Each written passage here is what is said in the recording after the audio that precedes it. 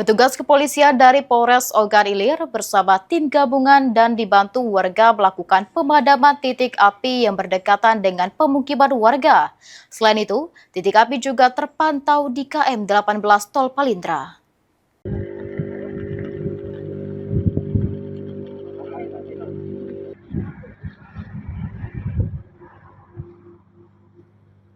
Di Indralaya Utara terpantau petugas kepolisian Polres Ogan Ilir dan tim gabungan berjibaku memadamkan titik api di samping Tol Palindra, tepatnya di KM 18 Tol Indralaya Palembang. Api mulai terpantau pada pukul 13.30 waktu Indonesia Barat. Sementara di jam yang berbeda, kebakaran lahan juga terjadi di lahan kosong belakang perumahan warga, yakni Gria Sejahtera, Kelurahan Indralaya, dan belakang kampus Unsri Indralaya.